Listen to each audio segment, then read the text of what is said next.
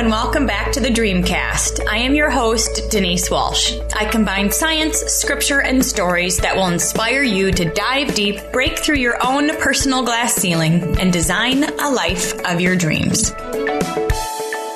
Welcome back to the Dreamcast. I am super excited about today's episode because I know you are in for a treat. Our guest today is from Toronto, Canada, and although she was earning six figures at her corporate insurance job, she decided to make meaning more important than money. She took the courageous leap into ladypreneurship and now helps others do the same. In today's episode, you are going to hear her story, her transitions, how she took that leap of faith, but also how she teaches and trains her clients to build online through social media, sales funnels, marketing tips, and the tips and tricks on how she takes somebody from an idea into full-blown execution and action. You are going to want to take notes today, so let's get into the episode and welcome Tanya Conner-Green to the Dreamcast. Thank you. Thanks for having me. I'm so excited to speak to you. I know, me too. So I know you were a corporate commercial insurance broker for several years, and you like to say that you were a prisoner and that it was sucking the soul out of you. Tell me a little bit about what you did prior to what you're doing now. Mm-hmm. Yeah, so I was working in a commercial insurance company, and I always describe it as like we were gambling with the company's money because it was a lot of looking at risks and deciding if we wanted to do them and at what terms. However, it felt like I wasn't really making a difference in the world. I was really just making the company money. And that was my whole purpose, was like, what risks can you do to make the company the most money? And then they'll tell you when you can leave the office. They'll tell you how many times a day you need to come here, or what time you can leave, how much vacation you have, when you can go on vacation, if you can go for that amount of time, even if you have that amount of time. And your income is limited by, do they want to give you a bonus? Do they want to give you a promotion? So yeah, it was great because I enjoyed the people aspect, but I didn't enjoy the working for somebody else, somebody telling me what to do all the time. Right. How long did you work for them?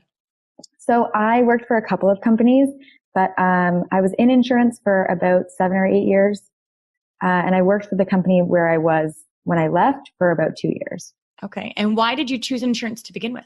My family was in it. So it was an easy in. And to be honest, when I first started, I was really young. I was still in university or college, and they gave me my summer jobs there. And I was like, oh my God, it's so much fun, because insurance is all about people, especially because it's commercial insurance. So it's not like every person's house or every person's car. You really need to schmooze people, which is really fun when you're really young and you want to go out and schmooze people. As you get a little bit older, it's not as fun anymore. You're like, I don't want to spend my free time, because I have such limited free time, schmoozing people. Absolutely. After a while, you're like, I'd rather be curled up on the couch watching Netflix with my dog and my family. Absolutely. Exactly. I don't want to be, and also like if you have to drink, then you have to also work. Not my cup of tea. Absolutely. Okay. So you got to this place where you were like, all right, I don't want to be here anymore. But how did you transition into what you're doing now? It's funny. We just talked about this, my podcast co-host and I, because I had met him 5 years before I started my business. And when I first started working, he was an online entrepreneur, so he could do whatever he wanted. And he would call me at the office and say, hey, do you want to go snowboarding today? And I'd be like, are you nuts? I have a job. I can't just take off because there's powder today. So that was the first little inkling of me being like, maybe there's something else I could possibly do, because my whole family was in insurance. That's all that I really knew. And so when he put that little seed in my brain, I was constantly looking for little ways of like starting your own business to have that freedom and flexibility to do whatever you wanted, whether it was to go snowboarding on a weekday or to go traveling, etc. So that was the first little seed. But I think when I went through a really bad breakup, I was just really looking at my life thinking, I'm 25 or 26, and is this going to be my whole life? I'm going to go to this job for 8 hours a day.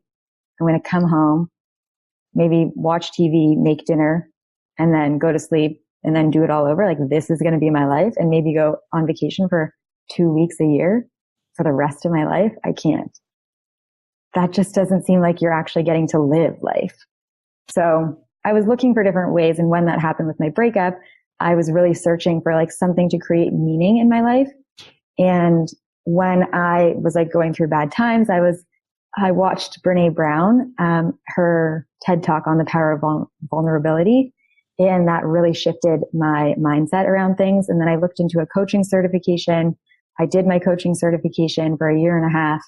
And then slowly, as I really learned about how much I loved coaching people and how powerful coaching can be for helping people shift and empower people, that was when I was like, I would rather do this than that. I'm really good at doing this, but I am better, and I have a purpose when I'm coaching people. I'm making the world a better place. I'm helping people. And that felt like more important than what I was doing in the insurance company.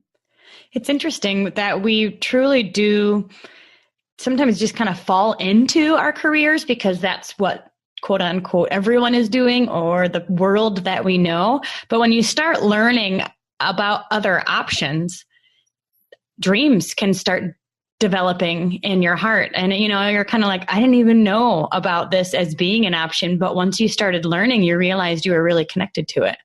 It is exactly the truth, because we were just talking about how I feel like we get kind of brainwashed to believe that these are the only options. You either work in a corporate company, or you're a doctor or a lawyer or a teacher or whatever, but a firefighter, a policeman. But nobody ever really teaches you in school that you can do something else. And if you don't have anyone in your life that you see doing it and you see being successful, you never know that that is an option. So that was certainly what happened for me. My parents were successful, but they were successful in the corporate setting. And I thought that's what I would go to school, get a good job, work your way up the corporate ladder, and that would be your life. Somewhere along the way, I was like, there are other options. I see other options, and I just need to figure out how I can make that something I want to do. So it sounds like, too, it wasn't just a weekend decision and all of a sudden life is different. You spent a few years preparing, planning, getting your certification so that you could have a way out. Mm-hmm. And I think at the beginning, I didn't really think I was going to ever leave my job, because at the time I actually enjoyed my job. It was only when I realized something else that I could be doing that was better when I started to be like, I don't want to do this anymore. I don't like this. I actually like this more. But certainly when you're thinking that, it doesn't happen overnight. And certainly the business building part doesn't happen overnight, but it's possible to build your entire business while still working in your job. And that's what I did, because my parents were very concerned about what was happening. They didn't know any about this. So they were like, what are you doing? You have this amazing job. You make over 6 figures. You're like in your mid-20s. And why would you leave that? And so I built my business to be making more money than what I was making in my corporate job before I left. Okay.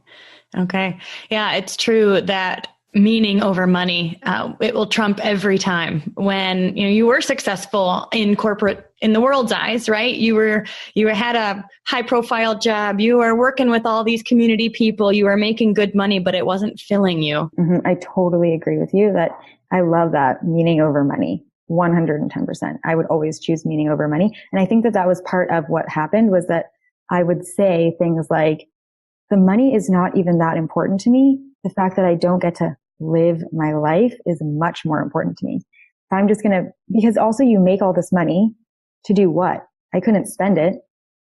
I didn't have anything to spend it on. I couldn't go on vacation. What are you going to buy things and fill your house? Like, I already had nice things. What was I going to do with it? So It didn't really matter. They could have paid me tons of money to stay, and I never would have stayed. So what is it that you do now? So now I'm an online business coach. So I help women start and build online businesses. And I think the important thing is everyone sees on the outside that they probably think it's like all social media and, this person has so many followers and they're just making a lot of money. And that's not the case. A lot of people that have lots of followers are not making that much money. And people that don't have a lot of followers are making tons of money. So it's not always just about the followers or the likes or the comments. It's actually about the back end system of how are they making money in their business? And are they making money? How are they getting clients? Because if you're always hustling for clients, then, or team members in your instance, and like helping people make sales, that's not going to be sustainable. You're going to be doing that forever. And so you need to build a system that does that for you. And thank you, social media, for doing that. And thank you for the internet. But if you build a system that does that for you, you're consistently making sales. You're consistently building new team members and growing your business without you having to do all the work. Interesting. So you help people on the front end, the sales or the social media front end, but then also the back end with the sales funnel, the systems, so that things can be a bit more automated. Mm-hmm, exactly. So that way, like, they're making money and they can still live and they can still make an impact and they can still have fun, and their money isn't tied to their time. That's a big one. We try to remove the time aspect. You don't want to trade more time for money, because that's what we were doing in our corporate jobs. And so looking for ways to build systems and create impact and help people or give people what they want, but also have a life, have freedom, have flexibility. Absolutely. If you're a mom, be able to spend time with your kids. Right. And creating something that's sustainable, because we can't be burning the candle at both ends all the time, right? And you see that all the time. You see people burning out. And I mean, I haven't fully like burnt out, but I've been tired or exhausted. And some people, when they're tired and exhausted, want to throw in the towel. And that's generally when you really don't want to throw in the towel. So looking at what are ways that I can be building this out. And I think that's also what helps you sustain that working and building your business at the same time, is seeing that there's like an end point, knowing that like there's a specific time and a specific amount of money that you can leave your job.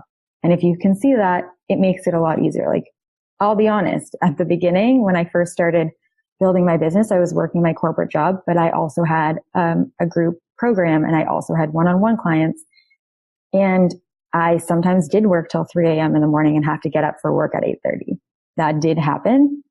That's obviously not sustainable, but right at the end, I mean, I was leaving my job. So my business had gotten really big and my job had gotten really busy.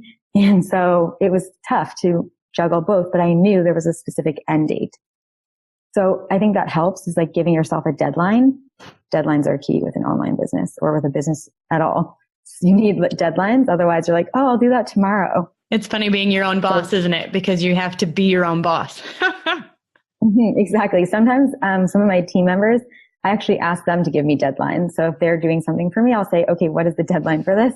So that I have to get them something and they have to get it done, and we're all keeping on track, because all of them have their own business too. Well, I'd like to talk about both things. You talked about the front end, social media, and then the back end. So let's first start on the front end, social media, live videos. What are some ways that you're coaching people to gain some traction? So I think that live video is so incredible right now, because one, you're going to get your reach out to a lot more people. Now that more people are using social media, more people are, not getting as many people to see their stuff. And with all the algorithms, et cetera, it's harder to get new people to see your content.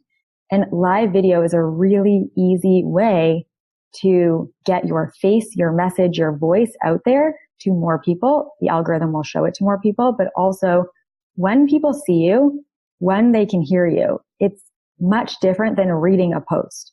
And I think it's really easy for all of us to write things on social media and think, oh my God, but I'm writing all of this incredible content, but it's not getting out to people. And, people are busy. Like, I write really long posts on my social media, and like, really, I don't expect anybody to read all of it, but I can't expect most people to read it, because people are busy. They're not going to be sitting there reading like paragraphs and paragraphs.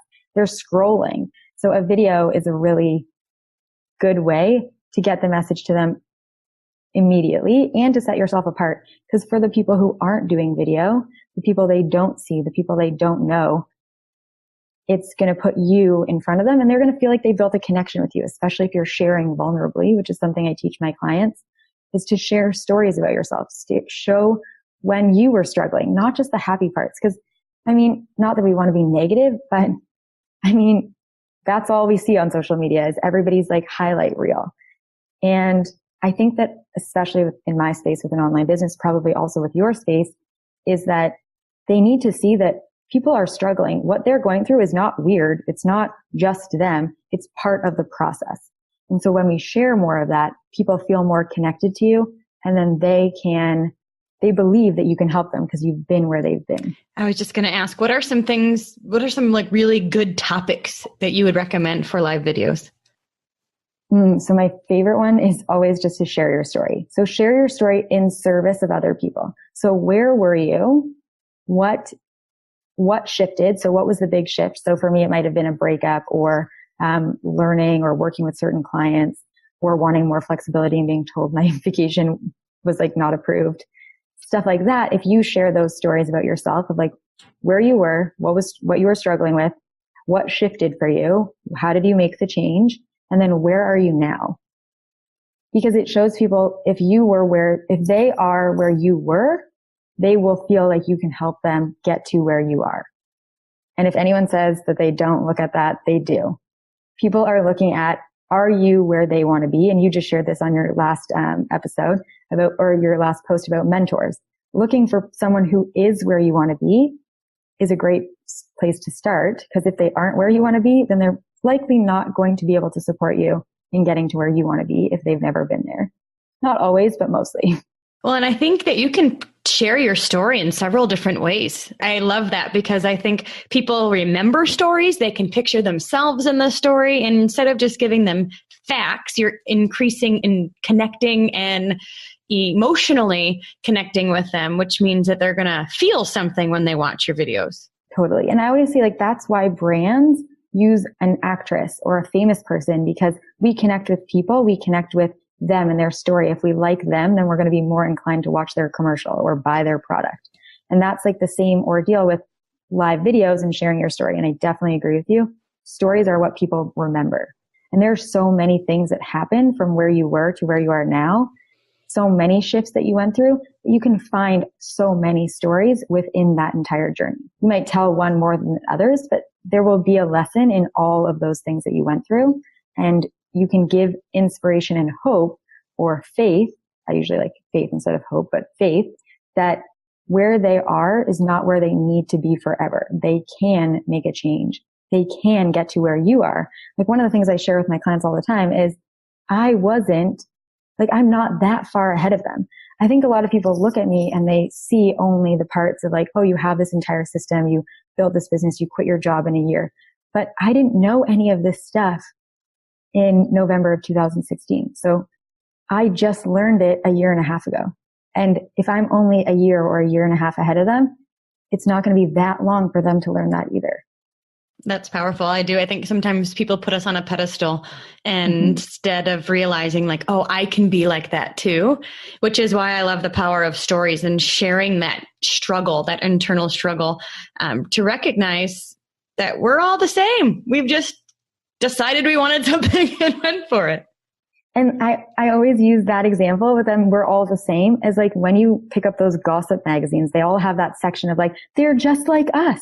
Like, famous people are just like you. Anybody that you think is an idol or you put on a pedestal or you want to be like, they are exactly like you. They are a human being. They were where you are, and they probably struggle with similar things that you struggle with. And you can get to there if you start now. If you don't start, you're not going to get there. Absolutely. You need to start now. Yeah. So one last question about live videos. We know it's helpful to do them. We want to tell stories. We want to evoke emotion and really connect with our audience. What is a good action step? Because I feel like a lot of times we can go live, but it doesn't necessarily mean more business. So great question. So that was the part of in service of them. I am a big believer in selling is serving. If you don't talk about what you can offer or what you can help them with or what they can purchase from you, you haven't helped them. You've literally just spent some of their time or wasted some of their time telling them the story, but they have no next step. They need a next step in order for them to not stay stuck. So if you, like, let's say you want to sell them a supplement, or let's say you want to sell them an online program or even mentorship or coaching or something like that, a service, you need to tell them, what can they purchase from you? What is that going to do for them? Because I like to talk about not just like the features, not what are they going to get in terms of like sessions or products, or what is the result of using those products? What is the result of getting that coaching? What is the result of the service? How is it going to change or impact their life in the future? Not, I don't really care if I get 5 sessions with you, or I don't really care if like you're going to give me all of these supplements. Like, I care about what is the result going to be.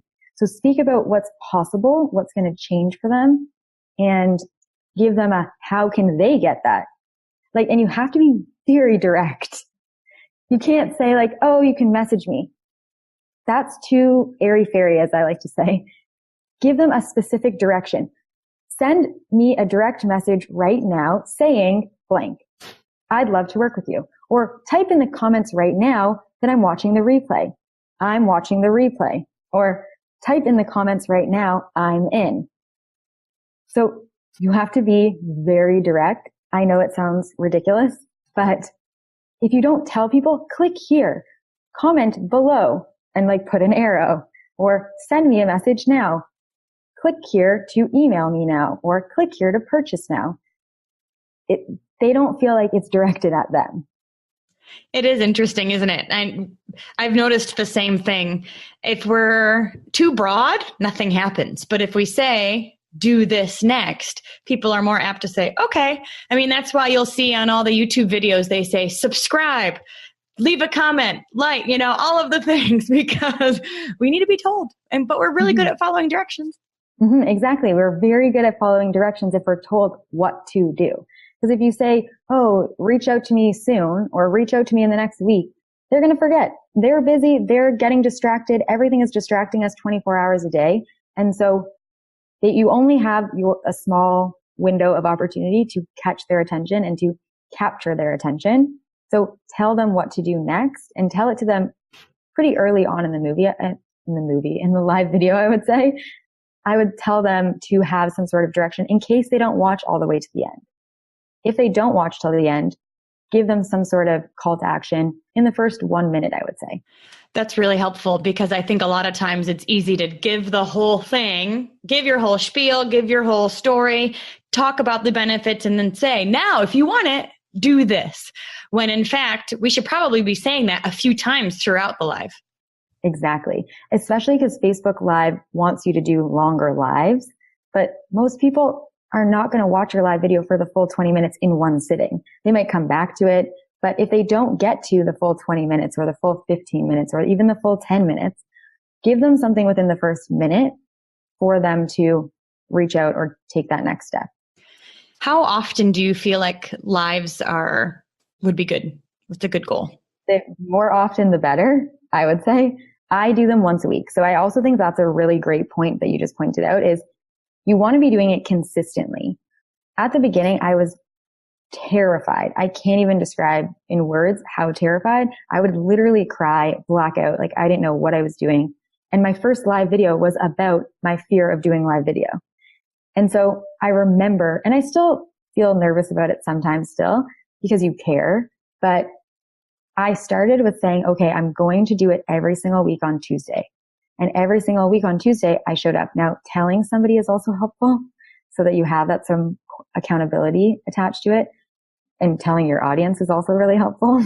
That, oh, I always do a live video on Tuesdays. At the beginning, I just did the same day, especially because I was working. So it was really hard to know when would I get home from work, when would I be able to do the video. And then once I left work, I do it at the same time every single Tuesday. So I do it on Tuesdays at 4:00 Eastern Standard Time, because 4:00 is kind of a good time Eastern Standard, 1:00 in Pacific Standard, and 9 p.m. In the UK. So that's kind of why I chose that also. It's a good time throughout, which is something to look at. But I also think it's important that you actually tell your audience. Again, this goes back to telling them what to do. Join me at this time. Give them a reminder of, this is when I'm going to be live. This is what I'm going to be talking about. And then give them a 5-minute reminder. I'm going to be live in 5 minutes. Come join me. Click here to join me now. And so that will get a lot more people on. Obviously, at the beginning, I did not want people on there. You're like, I'm going to go live to practice, so I'll tell you later. Exactly. And I don't want anyone there, because then I'm going to get all flustered, which I'm sure I did many times. But the thing is, live video is so much easier than doing recorded video, which I think people think is better, but it's way easier to do live because you literally have to keep going. So if you make a mistake, you're like, whoops, that was bad. Or let me try that one again. Just make it a joke. Like let it roll off your shoulders. Don't make a big deal of like, oh my gosh, I just did such a bad job. I need to start this again. I have done that though, where I'm like, I just screwed up the time that my program starts or when I'm going to be doing that webinar or when this is available for purchase. I've definitely screwed that up. So I have done it again. I'll be like, whoops, need to start that one again. Join me on the next one. But I try not to do that. If I make a mistake, I just make a joke of it and I keep on going. One more thing about live videos is what about the interaction? I remember I have done videos and webinars and things for several years, and then they came out with live and I started talking and people started talking back and I was like, I don't know what to do. And I quickly shut it off. And so of course I've learned now to like hang out and respond to comments or interact with people. How important is the interaction on a live? Such a good question. Okay, so it's so important if you want it to get out to more people. Now, I do put my videos on a video views ad, but in terms of if you're looking for the most organic reach, Facebook wants the most engagement. It's important that you get engagement early in your video if Facebook's going to show it to more people, put it on more people's newsfeed. If they didn't like see your email or your post about joining you, it might show up on their newsfeed if it was getting a lot of engagement. So you want to get people commenting, and I actually build that into my live video. So I don't really script out my live videos because I would for sure not remember anything that I wrote, but I put down little points that I want to hit, especially if I want to save the best one for last, which is what you should always do. Save the best point for last, the juiciest one, but also build in questions. And I also use my live videos to put on YouTube after I edit them and then put them on YouTube. So you do want to ask questions that people that on other networks can also engage in. Let's say you're going to use the video again. Can they also answer those questions? Sometimes you'll ask like, where is everybody from? Or who's on? Say hi if you're on, so that you can, one, get engagement, two, so that you can actually talk to those people. But asking questions that people can actually answer, or even saying, put a 1 or a 5 if you agree with this, or putting a specific emoji if you are in, or putting your hand up or something like that. But getting some people commenting, asking questions, answering questions so that you're increasing the engagement. And then also opening it up to them. If they have something they want to ask. I used to do a Q&A Tuesday. I would do Truth Tuesday, but when it was Q&A, I would say, bring your questions, even though I still do that. Bring your questions. I'd love to answer them. This is your opportunity to get specific support in something that you're struggling with. And so when they'll ask the question, it also is great for you as a leader, you as an expert, because when you answer those questions, it shows how much you know or how knowledgeable you are or who you are or how you can help them. And even if you don't know the answer, you can say, hey, that's a great question. I'll jump back on you, jump back to you. And that's an opportunity to actually start a personal conversation with that person. They're clearly interested. Getting them on the phone or building a deeper relationship with them. So getting that engagement, one, helps them feel more connected to you and makes them feel like they know you. You can actually support them. They'll feel like you're an expert, and that will also open up opportunities for them to work with you or purchase from you or join you. And then would you say that anybody who likes, comments, engages is somebody you'd want to follow up with afterwards? I do. I have a rule about that on Instagram and Facebook. Is like if somebody comments, even if it's a bot, even if it's just a emoji, reply. You don't know if that's a bot. You don't know who that person is. And maybe even if it is a bot, when you reply, they'll start a conversation with you. So it's good practice, one, for engagement. Again, it shows it to more people, both on Instagram and on Facebook.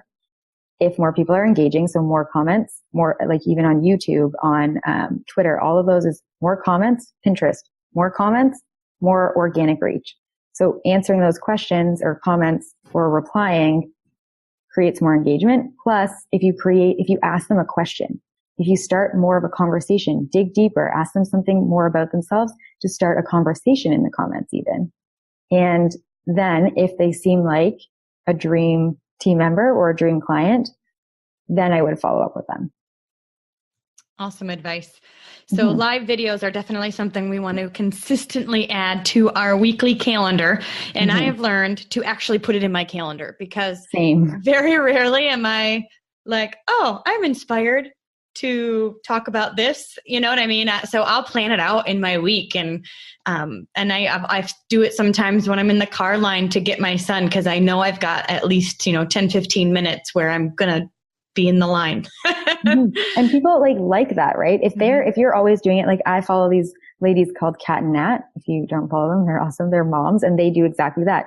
They're doing like videos. Now it's not live videos, but they're doing videos in the car.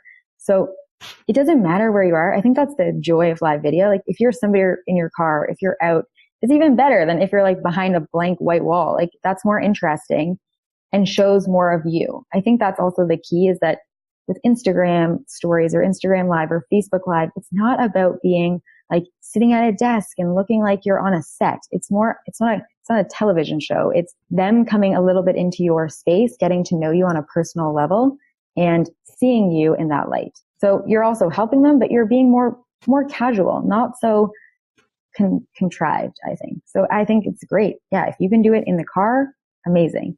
Wherever you can do it, just doing it consistently is going to build a following. People will be more inclined to join you if they know you're going to be live at the same time, the same day.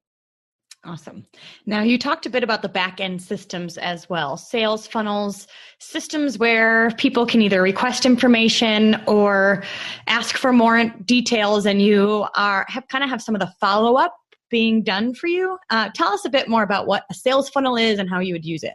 Mm-hmm. So I think a sales funnel, the key is that people need to see you a couple of times before they're going to purchase from you, join you, care about you, even believe you. So, and now with all the distractions, it's even more times that they need to engage with you. So one, your email list is certainly, I call it an insurance policy, because Facebook can cancel your account. Instagram, YouTube, anything can happen, and you can lose all of those followers, and you'll have to start from the beginning.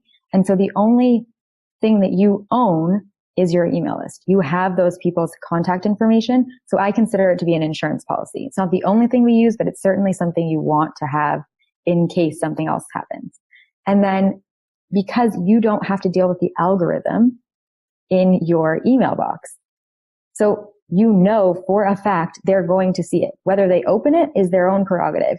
But Facebook or Instagram or Twitter or Pinterest or YouTube are not going to decide who gets to see your content and who doesn't.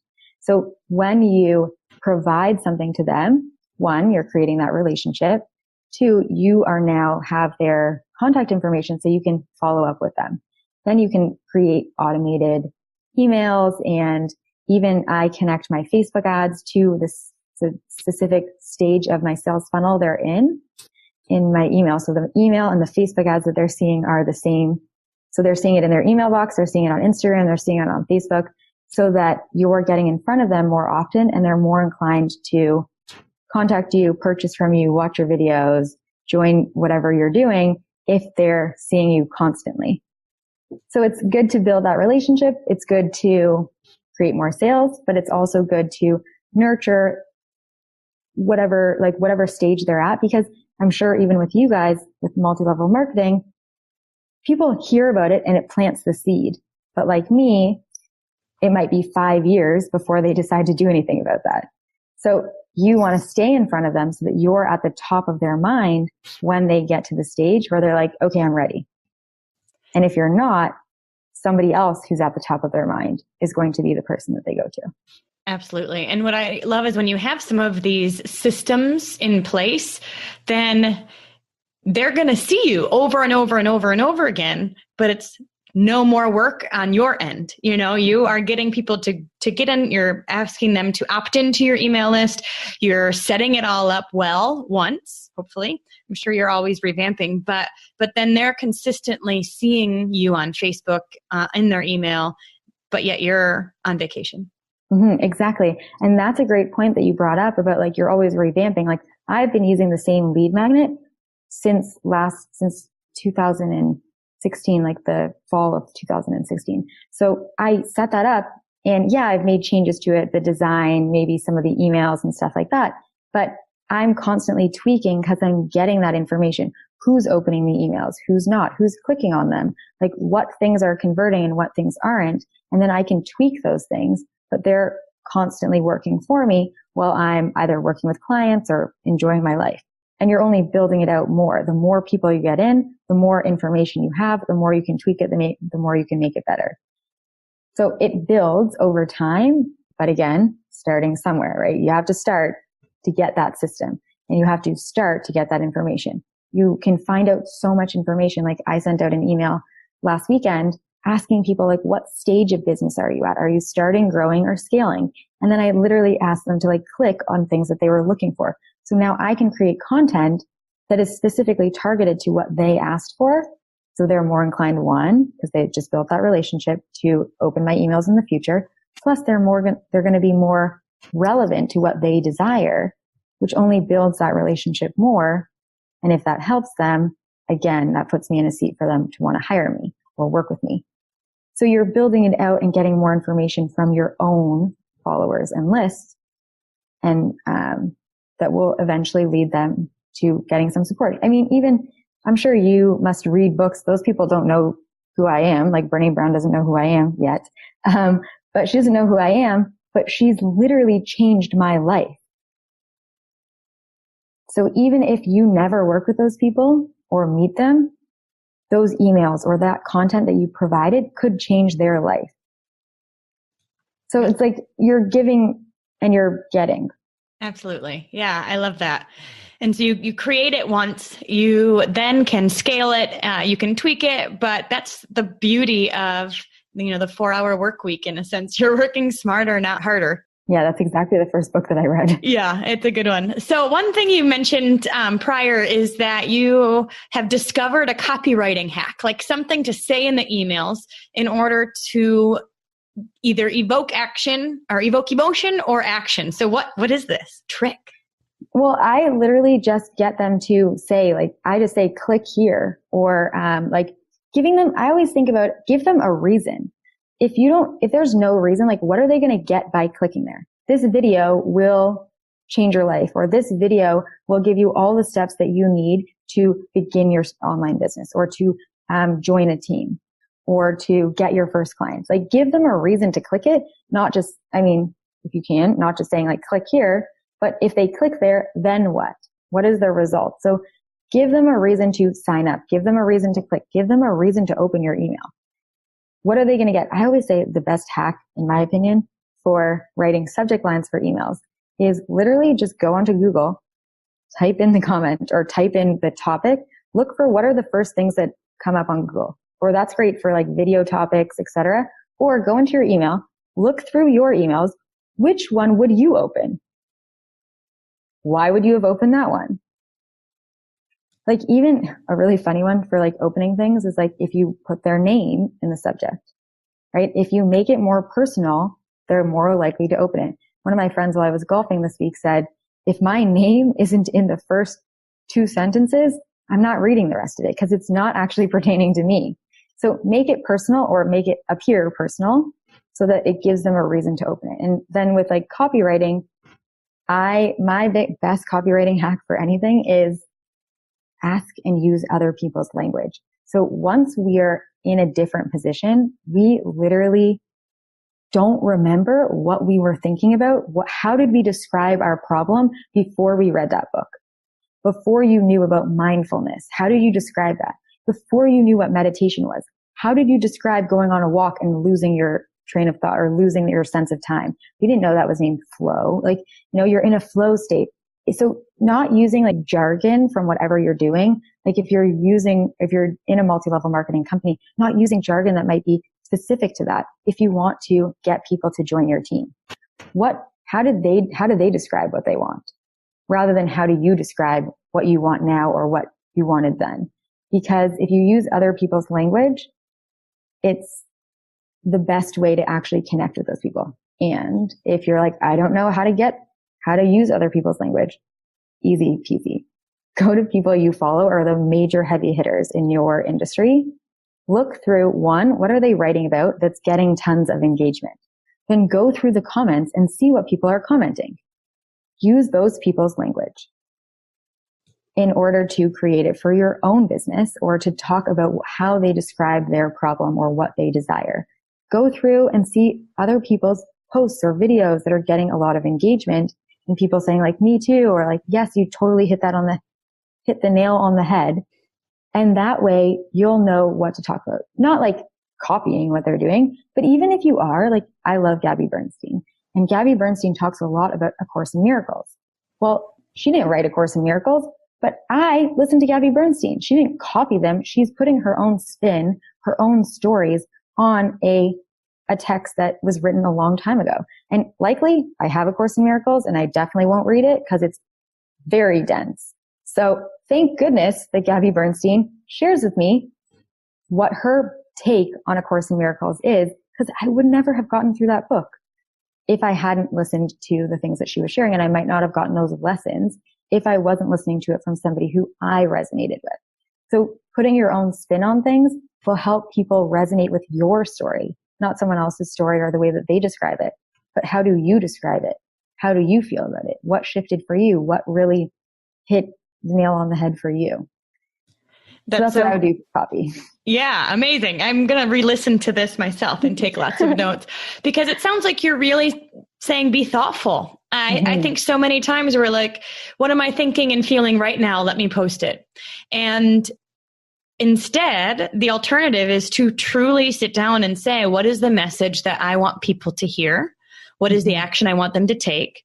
What is the benefit that they're going to get out of it? And then craft a message, a post, a video surrounding those answers so you can really connect with them rather than just spewing. Oh my goodness. Like, you nailed that. Summary done. Like, you totally nailed that. You've summed up this entire episode into a couple of points. Yes, you definitely got it. Those are exactly what you need to do. Like, I always think about that there's a real person behind that social media account. There's a real person behind that screen, whether it's on your phone or your computer. Speak to that one person.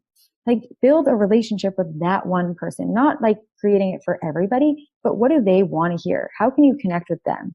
And if you connect with just one person at a time, believe me, it will spread, because what's personal is universal. So if I'm feeling it, it's likely that there are other people that have felt like that.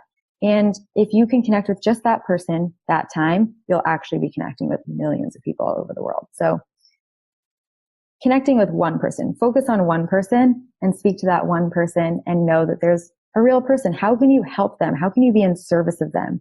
What do they need to hear from you in order to shift into action and get out or get what they want? I've heard it said that when you're writing a post or even on a podcast, thinking about one person on the other end rather than, hi, Facebook friends, or hi, everyone. You know, it's really like you're talking to one person, because they're not in a room reading it or watching it or listening to it in a group. They're themselves. It's just you and them to them. And so really keeping that in mind when you're crafting.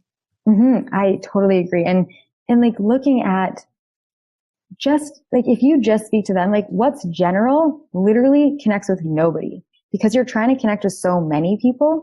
So if you just speak to that one person, then they're going to feel like you're speaking to them. Like, the best thing that people can say to you is, I felt like you were in my mind, or I felt like you were only talking to me, or you created that video for me, because that spoke to everything that I was feeling. And if you can say that, they are really going to connect with you. And even when we do our podcast, I always think that, like, we're not making an announcement. We're just having a conversation. Build that deep relationship and make them feel special, make them feel heard, make them feel seen. And believe me, people will be very attracted if they feel like it's personal. That's the thing. I think if they feel like I like and trust her or him, and you're somebody that they want to hang around, they're more apt to keep coming back.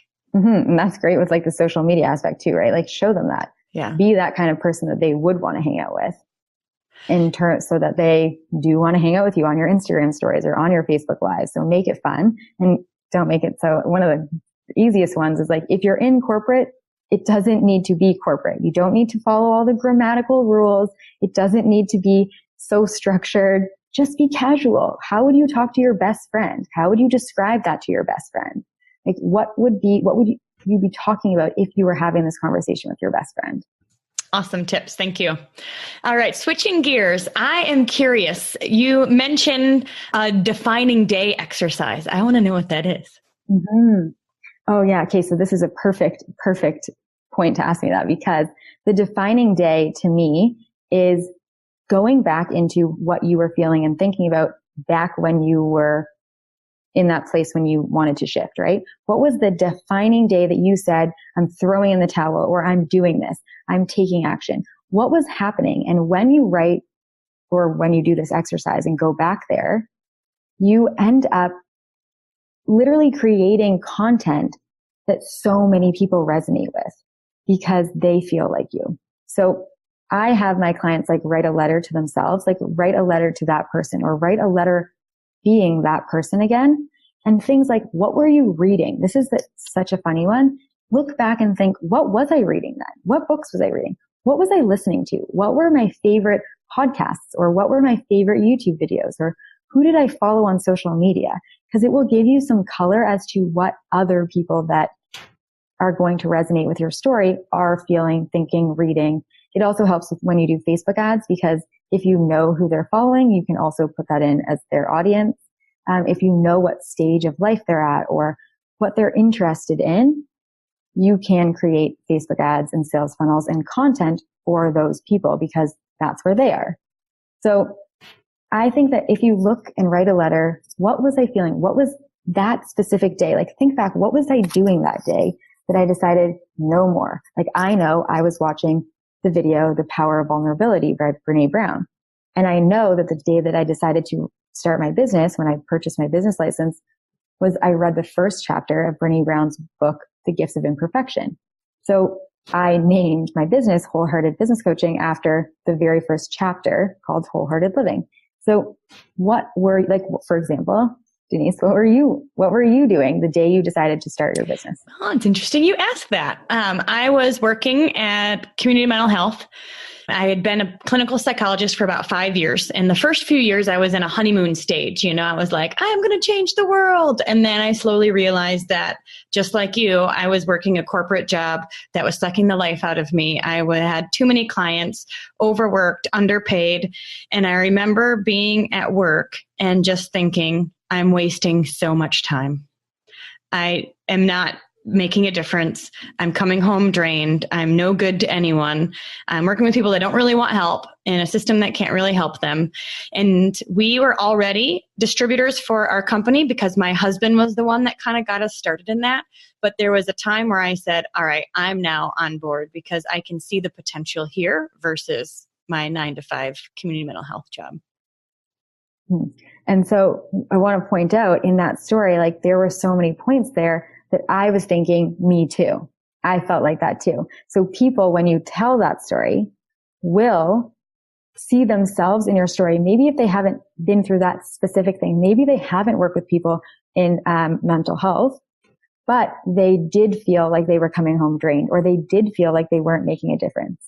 And so even when you share a story that they didn't necessarily go through, they're still going to see themselves in your story and say, oh, I was feeling like her. And so maybe she can help me get out of this feeling that I'm having, or get out of this situation, or start my own business.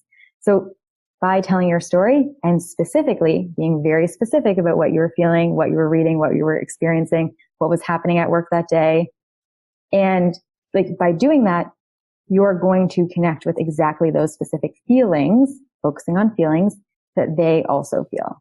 So that's kind of how it all works. Like, going back to that defining day of what really was happening in your life when you made that change. I love that. Really just does come full circle, because the defining day exercise will help you to create your stories, create your content, to draw people in to your experience or to the programs that you offer, the business that you have, because they are going to connect with you on lots of different levels. And that exercise can help you develop that content. Mm-hmm. And it's a really great way also to look back on where you were and how far you've come. Because when people are struggling, they seem to lose their confidence, right? If you're hearing a lot of no's, or you're not getting anywhere, you're not making a lot of money, it feels like, I'm not going to make it. I'm not good at this. I've not gotten anywhere. I'm not an expert. Or maybe I'm an imposter, as a lot of my clients like to say. And if you go back and look, where were you and where are you now? Because one, you probably have a lot more clarity on what you want to do than you did then. You don't feel as stuck, right? There are things that you're not going to feel. There are things that will have changed about your life and your outlook. And that way, when you look back, it also will give you a little boost of confidence to see how far you've come. Absolutely. So tell us a bit more about what services you provide and how people can find you. So I am a online business coach for women entrepreneurs, and I help them grow their business by creating these systems like Facebook ads and sales funnels, and also visibility. So getting the message out there. If people can't find you, they can't hire you, they can't work with you, can't purchase from you. So getting out there. And so they can find me at my website at www.wholeheartedbusinesscoach.com. They can also find me on Facebook at Wholehearted Business Coach or on Instagram at Wholehearted Business Coach. We also have a podcast called the How We Hustle podcast. It's all about the struggles that we went through building our business. And it actually goes all the way back to when I was still in my 9-to-5 job. So you'll hear like the whole progression and then what's working in our businesses, what we did to make the money, get the clients, set up the systems, and tips and tricks so that you can actually set those up as well. So it's called the How We Hustle podcast. Absolutely. Check that out. How We Hustle on any major podcast player, and then wholeheartedbusinesscoach.com. And then I'm definitely going to check you out on Tuesdays because I want to hear your Truth Tuesdays and how you do your live. So then I can lovingly steal from you.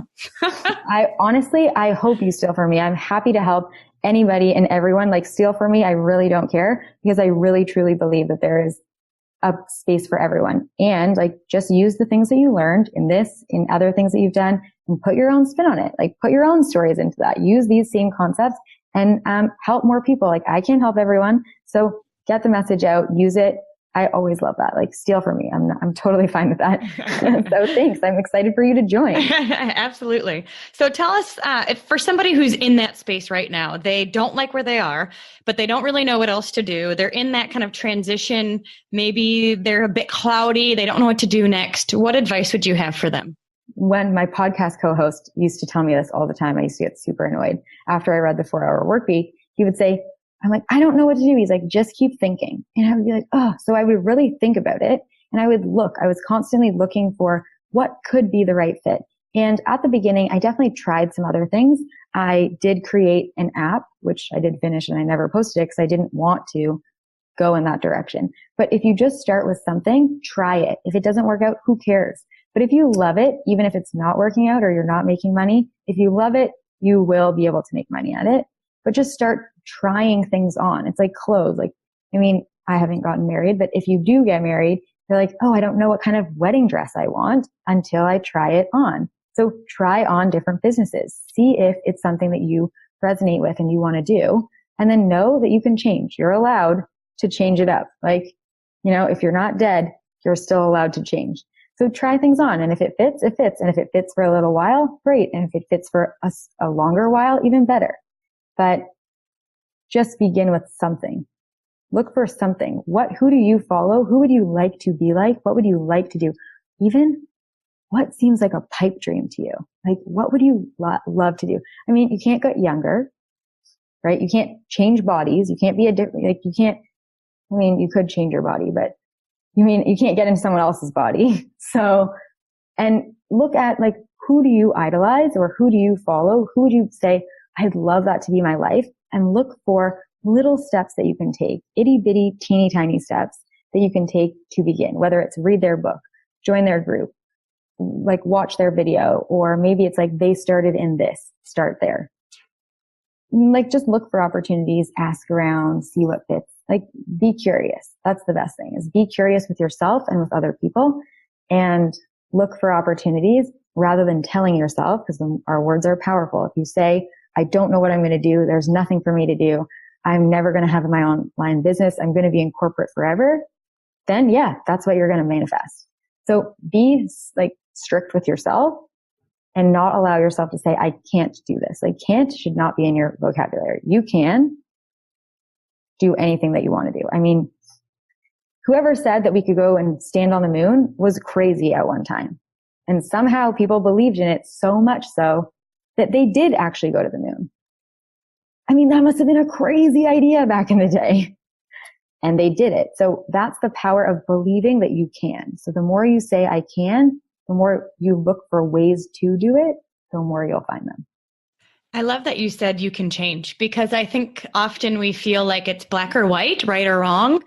I don't want to make the wrong move. I don't want to quit and regret it. I don't want to take this job and hate it.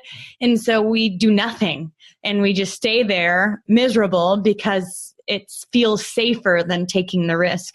But it sounds like you're saying do something, because you can always adjust. It's like a 5-lane highway.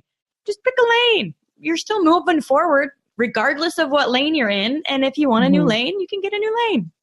Such a great metaphor. I love that. That's such a great metaphor. And that's exactly it. Like, even when I left my job, I remember my dad saying, what if this doesn't work out? And in my mind, I'm like, obviously it will work out. But I knew in my mind, I literally said to him, Dad, let's be real. My whole family is in insurance. I was great at my job. I had great relationships. If I ever wanted to go back to it, I would be able to do that. You know, I maybe wouldn't start at the exact same spot where I was, but I could go back. I could do something else. And so if you're in your business and you want to shift, like I used to do life coaching. I never wanted to be called a business coach.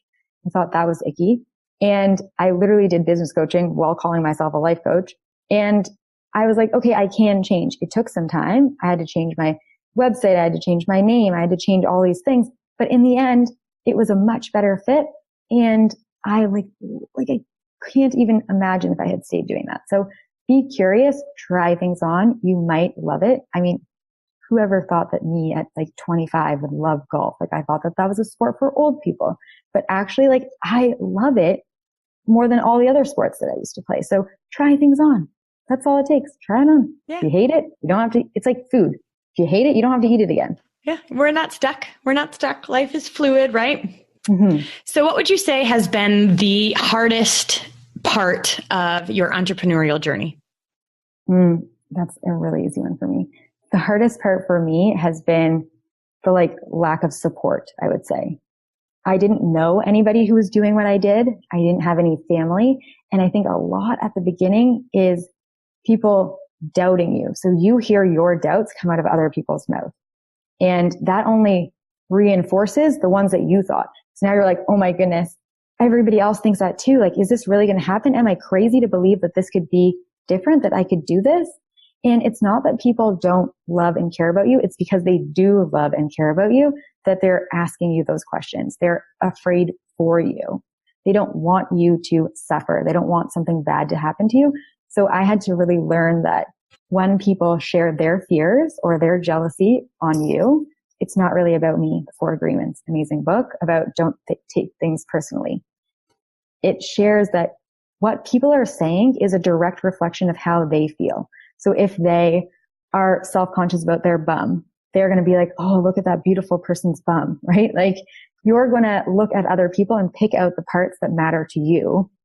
And so what they're saying to you is not about you. So I think it was really hard not to have any support of people who believed in what I was doing or saw the vision, and not having any specific people like in real life to talk about it with.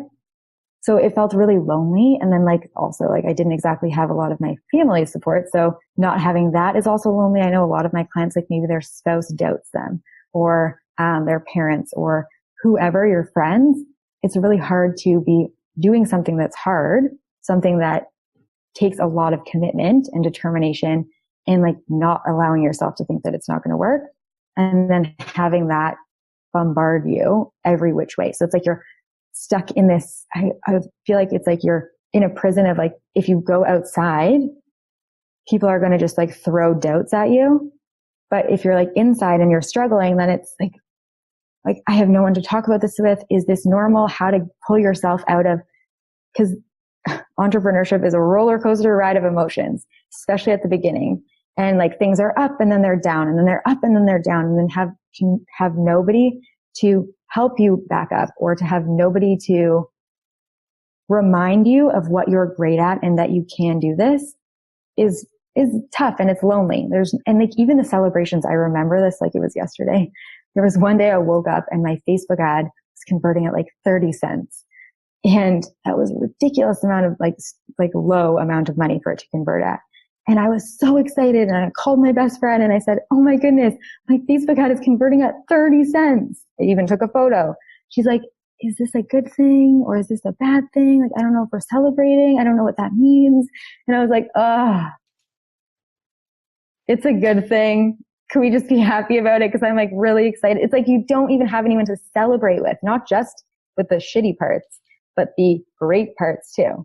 You have no one that really understands what you've been through or how much you worked to get there or what it took to get there. They can only see it from the outside. Also, sometimes my friends will say, oh, everything looks amazing in your business. Like, you're doing so well. You're doing all these things. And on the inside, all I want to say to them is like, I'm tired, or I'm sad today, or something bad happened, or I'm disappointed. Something didn't work out, but no one sees that from the outside. And you also, it's not like you can share that all the time. Oh, I'm always upset, or I'm always going up and down, you know? So even if you're sharing some of that vulnerability, you're not sharing all of it. And so not having that support system is tough. And that's why I can't create that in real life every day for my clients, but I seriously, that is my main focus, is creating a space for them to share the celebrations and brag, because for some reason people don't like it when you brag about the things you're great at or the things that are working. I don't know why that is, but I always tell them, brag away. Like, please brag about your celebrations. We want to celebrate with you. And then share the things that you're struggling with so that you're not alone in it. And so that happens in my group pretty much every day. Someone's celebrating and somebody's sharing something that they're struggling with, or a doubt or a fear, so that they have that really solid support system. How did you create that for yourself? It sounds like you've been really intentional with creating it for your clients. How did you create community when you felt like you were alone? I'm not really one of those people who's typically a joiner or a group person. I would not generally join a group. I'm literally not a part of like most people's Facebook groups. I'm a part of like mine and my business coaches, and my clients, of course, but I'm not really a joiner in that way. So I think what happened was I got to a point where I was tired and I was really doubting myself. I had hired this person to help me with my promotion because I was working and I didn't have that much time to focus on some things. So I tried to outsource parts of it. And she came back and just like ripped me to shreds, basically. And I really truly believed that for a little while, because like she was supposed to be a professional. She ripped my entire business to shreds. And I kept looking at it being like, I am doing so well. I'm helping so many people. Like, how is this so bad?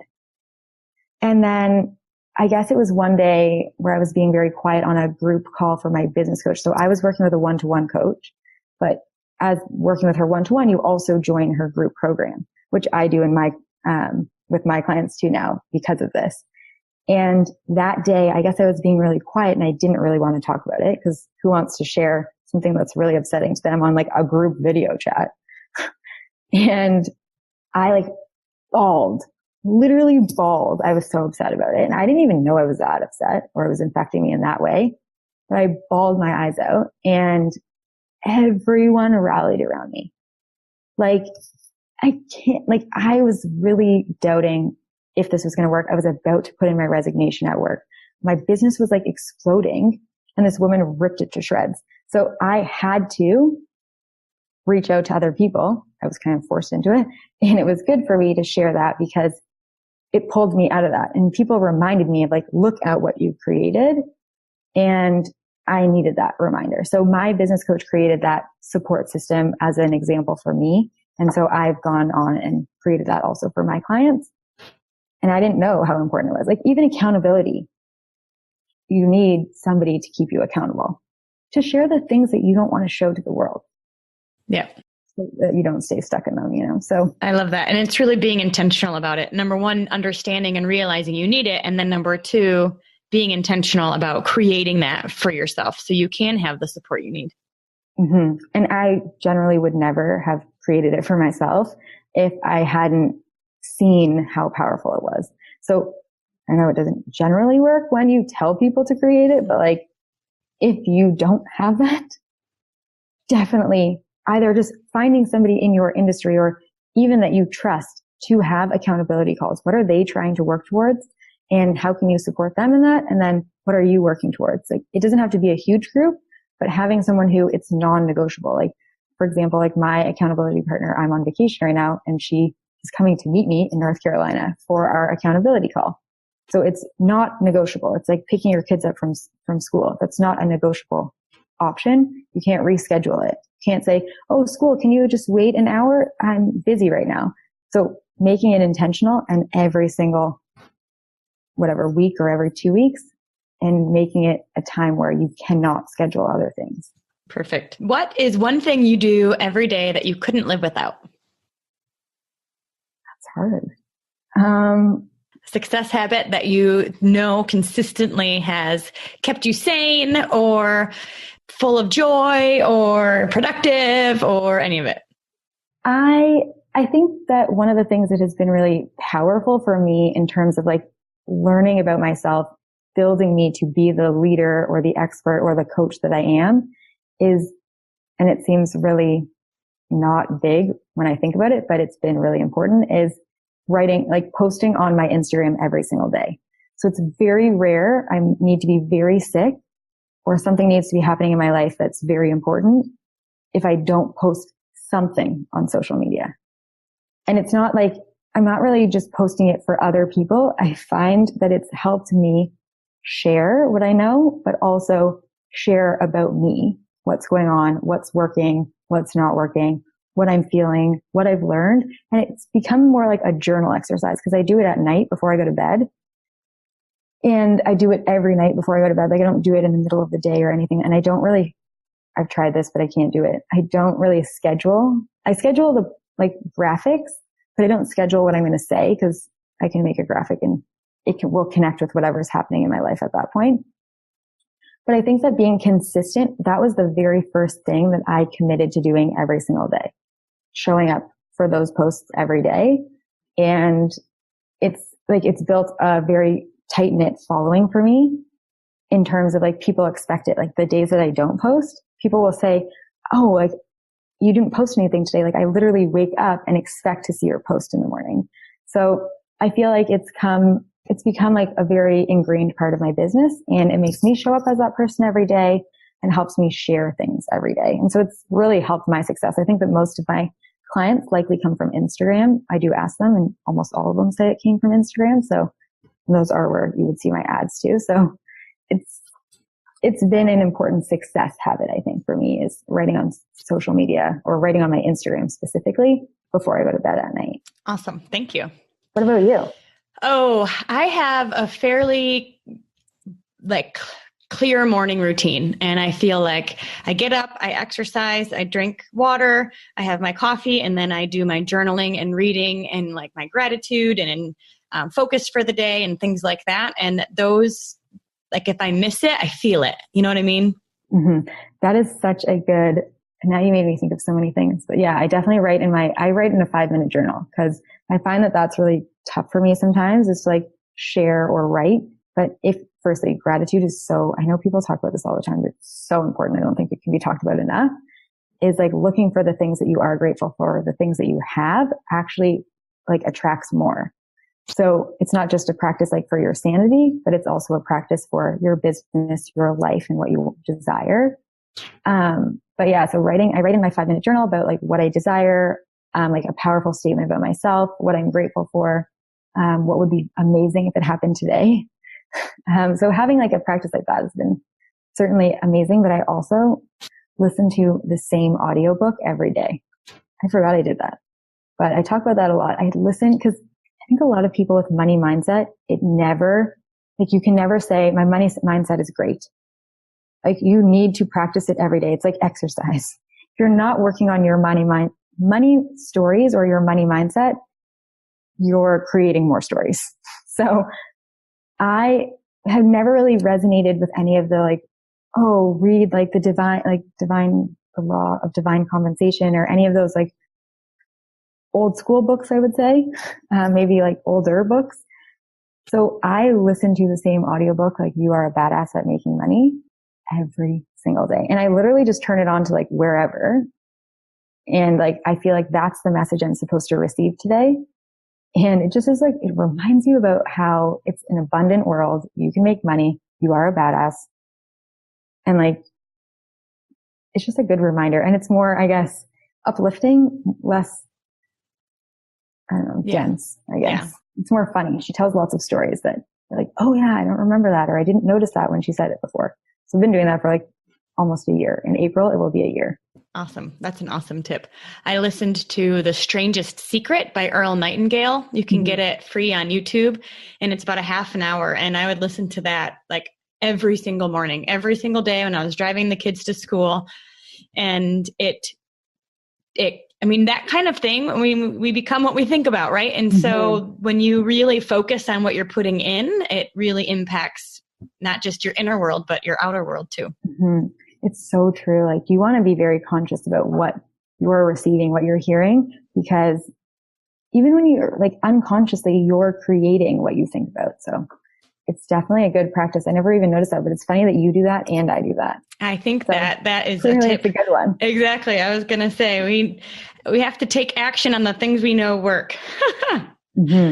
So one last question. I did not prepare you for this, so good luck. But I would love to hear, with all of your kind of internal reinventing yourself, deciding what you want, making a shift, creating a whole business for yourself. First you had to learn it, and now you're teaching it, and you're creating a community, and life is very different than it was 2-3 years ago.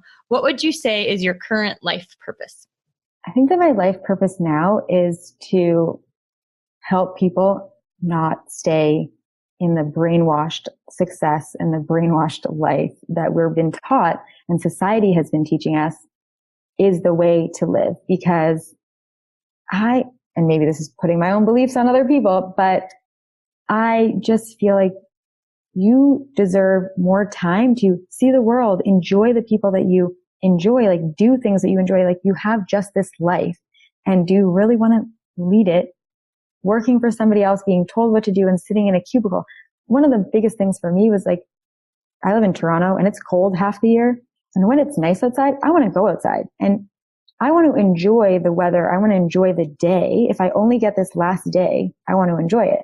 So I think that my life purpose is to help and empower people, to show them that they can create whatever they want. For me, it's an online business.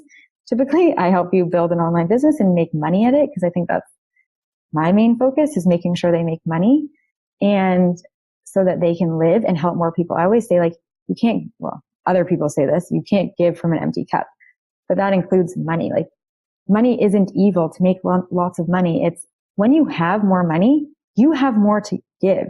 You have more time to give to other people. You can buy back some of your time by outsourcing things. But if you don't have any money, you can't give that much. If you don't have food, if you don't have a place to live, it's very hard. I mean, people do it and you can still give in other ways, but you can give way more if you have more. So it's not only about just like buying nice things, because that doesn't excite me. What excites me is to help people get out of situations they don't want to be in and help them to create a new life, a life that they enjoy, and also that they're doing things that are in service of the world. Like, I always think about how I might not be able to work with 200 million people or 1 billion people, but if I just help one person, that one person is going to help somebody else, and maybe a lot of people over their lifetime.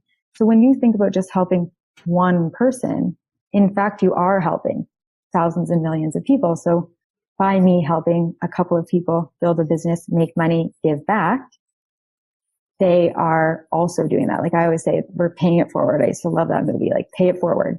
So all that I ask of my clients is that they pay it forward and help other people get out of situations or share their gifts in service of other people. I only work with people who want to help people in some way.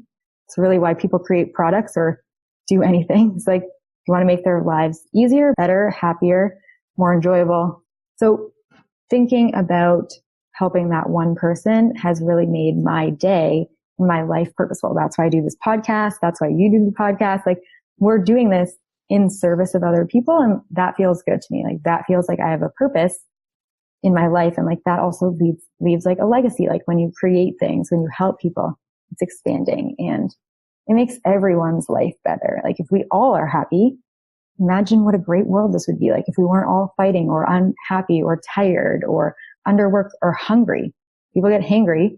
Like there are tons of starving people in the world. If everyone wasn't hungry, if everyone had a roof, if everyone had food, if everybody felt empowered, imagine the people that feel stuck and like what their gifts could do for the world. Like maybe they're the next person who's going to create, I don't know, some way for us to live on Mars, like Elon Musk, right?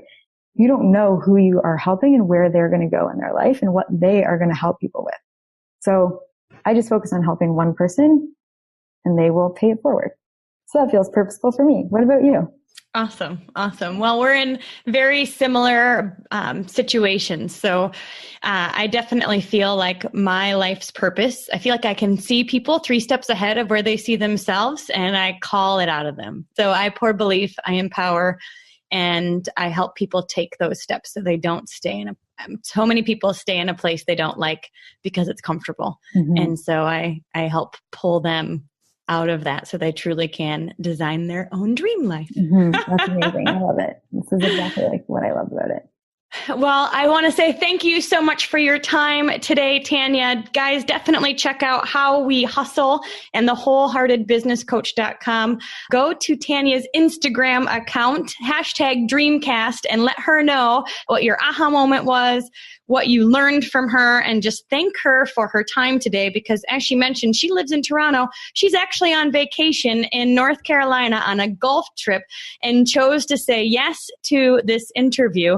We went longer than expected because we were just having a great conversation. So thank her so much for her time. And Tanya, thank you for your wisdom, your experience. You truly are creating a ripple effect, and it's been amazing to hear your story. Thank you. Thank you for having me. Thank you so much for listening today. Head over to denisewalsh.com. Enter your email to subscribe to our list, and I will be sending out an early bird special coupon. 50% off, in fact, of the Dream Life Workbook when it is launched in just a few months. So if you want to have first dibs, let's get your name on that list. Thanks again. I so appreciate you. And remember to dream big.